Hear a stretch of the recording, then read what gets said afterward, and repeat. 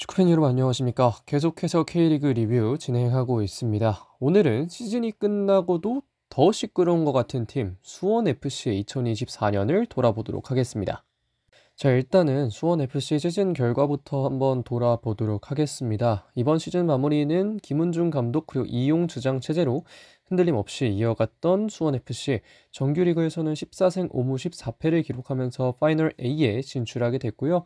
파이널 A에서는 1승 3무 1패라는 성적 만들어내면서 최종 순위는 5위가 됐습니다. 컵대회 결과는 첫 경기였던 성남과의 경기에서 코리아컵 3라운드에서 바로 패배를 하면서 탈락을 하게 됐습니다. 이번 시즌 선수단 기록을 살펴보겠습니다. 올해 출전 시간 기준 베스트 11은 왼쪽에 나와 있는데요. 433 기준으로 안준수 키퍼, 백포에는 박철우, 김태한, 최규백, 이용, 그 윗선에는 윤빛가람, 이재원, 강상윤이 자리하고요. 공격진에는 안드레손, 지동원, 정승원 선수가 위치합니다. 최다 출전 시간은 안데르손 선수의 3061분, 안준서 선수보다 1분 더 뛰어서 최다 출전 시간을 기록하게 됐고요.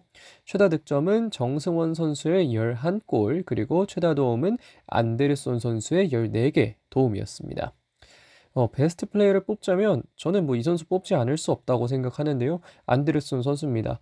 이번 시즌 앞두고 이제 수원 삼성과의 계약이 유력했다가 수원 삼성이 이제 선회를 하면서 안데르손 선수를 수원 FC가 데려오게 됐는데, 사실 처음에는 좀 큰 기대를 하지 않은 상황도 있었지만 시즌이 계속되면서 본인의 가치를 계속해서 증명을 했고 38경기 나서서 7골과 14개의 도움을 기록하면서 리그 베스트 11 왼쪽 공격수 자리에도 자리를 잡게 됐습니다. 그러면서 정말 높은 이적료를 부를 정도로 수원 FC가 애지중지하고 있는 선수가 됐고요.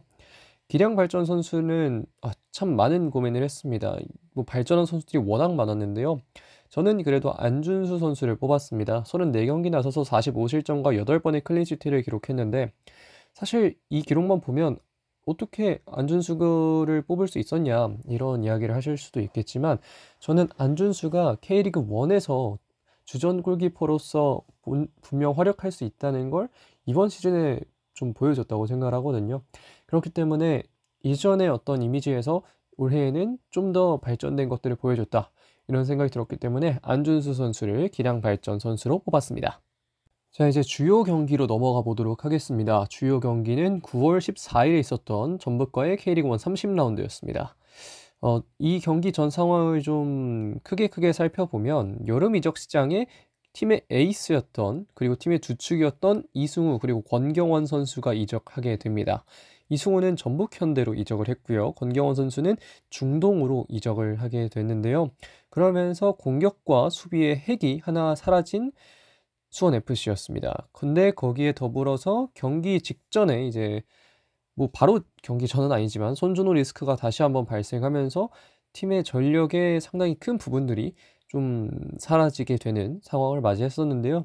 그러면서 수원 FC는 경기 내내 어려움을 겪었습니다. 사실 수원 FC가 올해 득실 차가 마이너스 3이거든요. 근데 이 경기만 해서 마이너스 6이 됐기 때문에 참 이번 시즌 수원 FC에게는 가장 최악의 경기였다고 말할 수 있을 정도로 이 경기는 흐름으로나 아니면 결과로나 모든 점들이 다 처참한 상황이었는데, 이 경기 이후에 31라운드부터 38라운드까지 단 1승밖에 거두지 못했습니다. 이 경기가 저는 수원FC의 2024년을 무너뜨린 경기라고 생각을 하고요.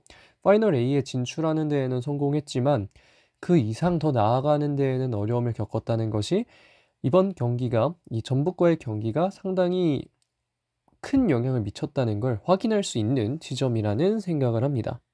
네, 다음으로는 주요 이슈를 볼 건데요. 저는 이렇게 한 명을 꼭 집어서 리스크라고 표현하는 걸 정말 좋아하지 않습니다. 한 팀에 문제가 있을 경우에는 한 사람에게 문제를 모두 전가할 수 없고 그 책임을 그와 동시에 여러 가지 방면에서 이 팀의 문제를 찾아야 한다고 생각을 하는데요. 하지만 올해 수원 FC에는 이 최순호 단장이 정말 큰 리스크 중 하나였다는 걸 이야기하지 않고 넘어갈 수가 없을 것 같습니다. 몇 가지 좀 문제들이 많았지만 크게 세 가지 문제만 좀 추려봤었는데요. 첫 번째는 손준호 선수의 복귀 문제였습니다. 모든 게 해결된 상황이 아니었던 손준호 선수에 대한 리스크는 전북현대, 이 손준호 선수가 정말 아끼고 손준호 선수도 아끼고 있는 구단인 전북현대가 이 리스크를 받아들이지 못할 정도로 리스크가 확실한 상황이 아니었는데, 본인이 뭐 강력하게 주장해서 데려왔고, 그러면서 김은중 감독이 결국 시즌 도중 전술 수정까지 하면서 이 선수를 받아들였지만 다시 그 리스크가 문제가 되면서 팀에서 이탈을 하게 됐습니다. 이런 점들을 봤을 때 김은중 감독이 원했던 것도 아니었고, 물론 오면 좋은 선수지만 그렇게까지 원했던 것도 아니었고, 리스크가 모두 해결되지 않은 선수를 본인이 책임지겠다는 말 한마디로 영입을 했다가 결국은 실패로 돌아가게 된 케이스인데요. 손준호가 있을 땐 좋았지만 오기 전과 나가고 나서의 이 이야기들이 너무나 좋지 않았기 때문에 손준호 선수를 데려왔던 것 역시 최순호 단장이 가져왔던 리스크 중 하나라고 얘기를 할 수 있겠고, 다음으로는 감독에게 이런 반구가 없었던 영입이 문제가 됩니다.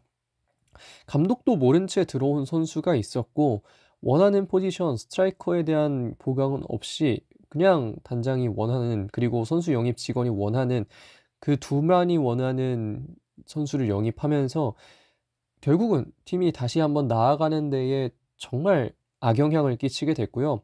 뭐 본인도 잘하고야 싶었겠지만 전혀 소통이 되지 않는 영입을 하면서 이런 방구조차 없었다는 게 정말 이 팀을 또 안 좋은 방향으로 이끄는 그런 모습이 됐다는 생각을 하고요. 마지막으로 김은중 감독의 시즌 이후 경질 루머가 문제였습니다. 어려운 상황에서도 김은중 감독은 팀을 파이널 A로 이끌었습니다. 결국은 5위까지 자리를 하게 됐고요. 하지만 이런 김은중 감독을 언플까지 해가면서 안 좋은 이미지로 내보내려고 했었는데요. 이런 점들이 모든 팬들에게도 알려졌고, 기자들 그리고 정말 많은 이 축구판의 사람들이 다 알게 됐기 때문에 이제야 좀 봉합이 되어가는 분위기지만, 이거는 만약에 이런 게 없었다면 이미 수원FC는 여러 포인트에서 보강을 하고 더 좋은 시즌을 준비했을 건데, 이 최순호 단장의 선택으로 인해서, 그리고 이 최근의 선택으로 인해서 수원FC는 더없이 큰 리스크를 맞이할 뻔했습니다. 자, 그렇기 때문에 향후 시즌 중점의 첫 번째는 전 프런트와 감독 간 소통의 개선이 필요하다고 생각을 하는데요. 팀을 누가 이 지경까지 끌고 갔었는지를 고민할 필요가 있다고 생각합니다. 이를 처리하는 방식에 대한 재고도 충분히 필요하고요. 물론 이 기사나 여러 이야기들을 통해서 김은중 감독에 대한 좀 더 많은 권한, 그리고 김은중 감독이 어느 정도는 주도권을 갖고 갈 수 있는 이적 시장의 흐름, 이런 것들을 시에서 부여하겠다고 이야기했지만, 그것과 별개로 프런트와 감독 간의 소통은 더욱 개선이 좀 필요한 부분이고요. 그렇기 때문에 그를 통한 납득할 수 있는 영입이 결과물로 나와야 합니다. 감독이 원하는 포지션에 대한 보강, 원하는 선수를 보강하는 것, 그리고 비어가고 있는 특히 정승원 그리고 박철우의 입대, 이런 풀백이나 윙 자리에 비어가는 자리들이 있거든요. 그리고 이런 자리를 메워야 할 필요가 있는 게 또 소통 개선을 통한 영입의 결과가 되겠고요. 마지막으로 저는 이 점도 충분히 필요하다고 생각을 합니다. 여러 이유가 있었지만 어쨌든 이번에도 수원FC는 뒷심 부족이 좀 아쉬운 팀이었죠.